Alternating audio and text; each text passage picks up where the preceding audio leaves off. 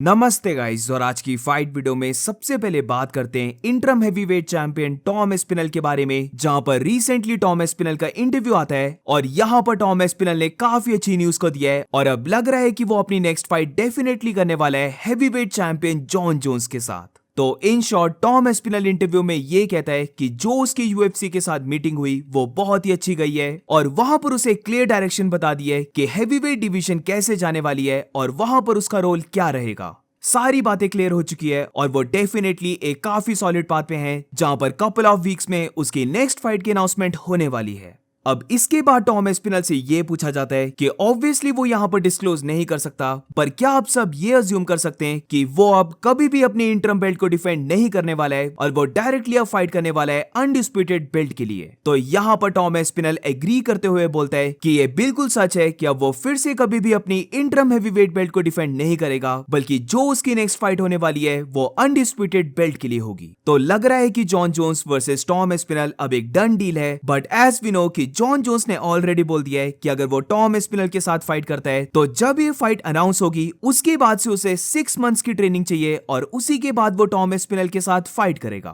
तो इसीलिए अब ये चीज बहुत इंपॉर्टेंट रहती है कि कब यूएफसी ये अनाउंसमेंट करती है कि जॉन जोन्स और टॉम एस्पिनल की फाइट डेट क्या रहेगी, क्योंकि उसी के अकॉर्डिंग फिर जॉन जोन्स फाइट करने वाला है। और अब moving on to the next update, तो अब बात करते हैं फेदरवेट चैंपियन इलिया टुपोरिया के बारे में, जो जैसे ही यूएफसी 314 स्टार्ट होगी तो उसकी बेल्ट ऑफिशियली वेकेट हो जाएगी। बट यहाँ पर जो इलिया टुपोरिया का अपडेट है वो उसके निकनेम को लेकर है, जहां पर हम सब जानते थे कि इलिया टुपोरिया एल मेटाडोर को लगाता था, बट अब उसने इस चीज को चेंज कर दिया है, जहां पर इलिया टुपोरिया का जो न्यू निकनेम है वो है ला लिएंदा। तो अब इसका मीनिंग क्या है? तो इलिया टुपोरिया के न्यू निकनेम ला लिएंदा का मीनिंग है द लेजेंड। अब यहां पर मैं झूठ नहीं बोलूंगा, एल मेटाडोर जब बोलते थे तो उसको बोलते हुए अलग सी फीलिंग आती थी, बट यहां पर बेशक ला लिएंदा एक ज्यादा बड़ा नाम है, बट जब भी मैं इस नेम को ले रहा हूं तो हमेशा मेरे माइंड में आ रहा है लाइक ला लिएंदा मामा मिया। और moving on to the next update, तो अब बात करते हैं new pound for pound rankings and also divisional rankings के बारे में। जहां पर पाउंड फॉर पाउंड रैंकिंग से स्टार्ट करें तो पहले टॉप 15 में former welterweight champion Leon Edwards भी था, बट अब शॉन ब्रेडी से लूज करने के बाद लियोन एडवर्ड्स टॉप 15 से बाहर हो चुका है और अब लियोन की जगह लाइट वेट फाइटर अरमान सरूकिन एंटर हो चुका है, जहां पर उसकी प्लेसिंग है नंबर 15 की। Also BMF champion Max Holloway, Sean O'Malley और चार्ल्स ओलिवेरा की बात करें तो इन तीनों के रैंक्स एक एक इंक्रीज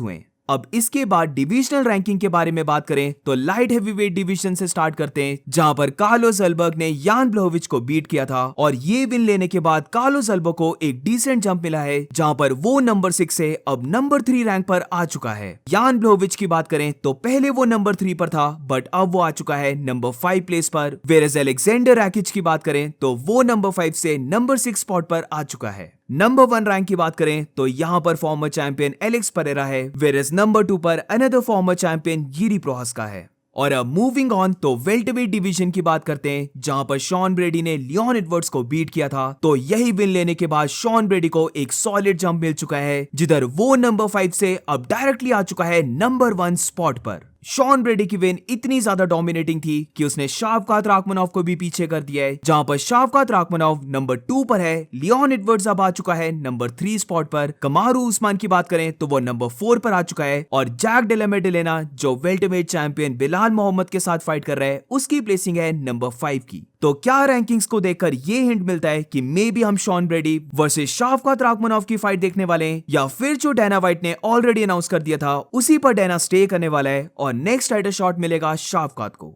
और अब moving on to the next update, तो अब बात करते हैं एलेक्स परेरा के बारे में, जहां पर जो रोगन ने अपने रीसेंट पॉडकास्ट में एक बहुत बड़ी चीज को रिवील किया, जिधर वो कहता है कि एलेक्स परेरा की टीम से उसे सुनने में आया है कि मैगोमेड अंकलाइव की fight not only Alex Pereira का हैंड ब्रोकन था, बट ऑल्सो उसे नोरो वायरस हुआ था। अब नोरो वायरस क्या होता है? तो सिंपल लैंग्वेज में बोल लो पेट खराब। तो बेसिकली यहाँ पर जो रोगन का ये मीनिंग था कि हमें एलेक्स परेरा इतना डल इसलिए दिखा, जहां पर उसने बहुत ही कम पंचेस को थ्रो किया, तो वो इसलिए क्योंकि उसका हैंड ब्रेक हुआ था एंड ऑल्सो उसे नोरो वायरस हुआ था, तो उसकी ओवरऑल कंडीशन बैड थी। तो अब इस चीज का reply light heavyweight champion Magomed Ankalaev ने भी दिया है, जहां पर अंकलाइव ये कहता है कि जस्ट अभी उसने सुना कि जो रोगन ने रिवील किया है कि एलेक्स परेरा ब्रोकन हैंड और नोरो वायरस को सफर करके फाइट कर रहा था, बट वो यहाँ जहां पर सबको बताना चाहता है कि कोई भी फाइटर जब फाइट करता है तो वो 100% फिट रहकर फाइट नहीं करता। उसे अगस्त के मंथ में एलेक्स परेरा के साथ रीमैच का ऑफर मिला है, जहां पर उसने इस रीमैच को एक्सेप्ट कर लिया है और अब ये पूरा एलेक्स परेरा के ऊपर है कि क्या वो इस रीमैच को लेता है। बट अगर उसने रीमैच को नहीं लिया तो उसके लिए कोई भी प्रॉब्लम नहीं है, वो किसी भी फाइटर के साथ फाइट कर लेगा। अब यहाँ पर दो चीजें, जिधर एलेक्स परेरा से अगर स्टार्ट करें तो ये चीज देखकर बहुत अच्छा लगा कि खुद एलेक्स ने आउट पब्लिक इस चीज को नहीं बोला है, वरना हम ऑलमोस्ट हर एक फाइटर से ये सुनते हैं कि फाइट को हारने के बाद वो विद इन अ वीक या फिर इमीडिएटली ही ये डिस्क्लोज कर देते हैं कि उन्हें इंजरी हुई थी और बेसिकली फिर जो लॉस होता है वो थोड़ा सा कम लॉस लगता है। बट यहाँ पर एलेक्स ने ऐसा कुछ भी नहीं किया है, बल्कि UFC 313 कब की हुई है, बट उसने अभी तक खुद से कुछ भी डिस्क्लोज नहीं किया कि वो अंकलाइव की फाइट में कितना इंजर्ड था। अब सेकंड चीज की बात करें तो जो मैगोमेड अंकलाइव ने बोला है कि कोई भी फाइटर 100% रहकर फाइट नहीं करता है, तो ये एब्सोल्युटली ट्रू बात है। जहां पर 99% ऑफ द फाइटर्स जब भी फाइट करते हैं तो उन्हें फाइट के टाइम कोई ना कोई माइनर सी इंजरी रहती ही है, क्योंकि हर कोई फाइटर 6-8 वीक्स का इंटेंस ट्रेनिंग कैंप करता है। तो उस ट्रेनिंग कैंप में बहुत ज्यादा चांसेस रहते हैं कि फाइटर्स को थोड़ी सी माइनर या फिर कभी कभार तो मेजर इंजरी भी हो जाती है। अब मैगोमेड अंकलाइव ने यहां पर रिवील किया कि एलेक्स परेरा के साथ रीमैच फाइट का ऑफर उसे अगस्त के मंथ में मिला है। तो इससे एक चीज कंफर्म हो जाती है कि मैगोमेड अंकलाइव वर्सेस एलेक्स परेरा का जो रीमैच है वो अबू धाबी में नहीं होने वाला है, क्योंकि इस बार जो अबू धाबी का इवेंट है वो नॉर्मली जैसे अक्टूबर के मंथ में होता था वो चीज नहीं हो रही है, बल्कि इस बार ये इवेंट और भी जल्दी है, जहां पर 2025 UFC अबू धाबी होने वाली है 26 जुलाई को। तो अब मोस्ट लाइकली मैगोमेड अंकलाइव इस डेट में फाइट नहीं करने वाला है। तो अब ये चीज गारंटी लगा के चलो, जहां पर लाइटवेट चैंपियन इस्लाम महाचेव इस कार्ड में फाइट करने वाला है एंड वो ऑब्वियसली इस कार्ड का मेन इवेंट रहेगा। And that's it guys. अब तुमने नोटिस किया होगा कि मैंने नमस्ते UFC से नमस्ते MMA कर दिया है, और ये मुझे इसलिए करना पड़ा क्योंकि रूल्स के बारे में मुझे भी नहीं पता था। UFC वर्ड ऑलरेडी एक ट्रेडमार्क है, तो इसे विदाउट परमिशन कोई भी यूज नहीं कर सकता, और UFC एज अ कंपनी कभी भी डिसाइड कर सकती है कि वो मुझे एक लीगल नोटिस दे दे नेम को हटाने के लिए या फिर फाइन भरने के लिए। तो इसलिए पहले ही बेटर है कि मैं नेम को ही चेंज कर दूं, और इसीलिए अब चैनल का नेम है नमस्ते MMA। So that's it for this video, और मिलते हैं नेक्स्ट वीडियो में।